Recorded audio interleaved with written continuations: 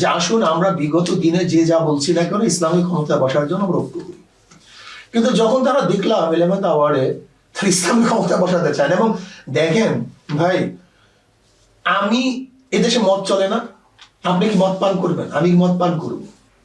এদেশে গাঁজা চলে না, আমি কি গাঁজা সেবন করবো না? এদেশে হাজারো হারাম চলে, আমি হারাম অনুযায়ী চলবো নাকি? কিন্তু আমরা দেখা যায় আমাদের ইসলামিক লিডাররা যারা কোরআনের আয়াত, পর্দা করা তো কোরআনের আয়াতের কোন ব্যক্তির না, কিন্তু আমরা দেখলাম এক দলের আমির সে বলছে আসেন ছেলে বন্ধুরা এখন যান, আমরা বৈষম্য দূর করে মেয়ে বন্ধুরা আসেন।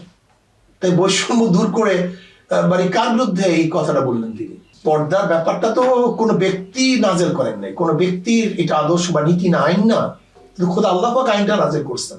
আপনাকেই বলছি, ইন্স্যুরেন্স করলে সিটিতে সুরক্ষা পাবেন নিশ্চিত।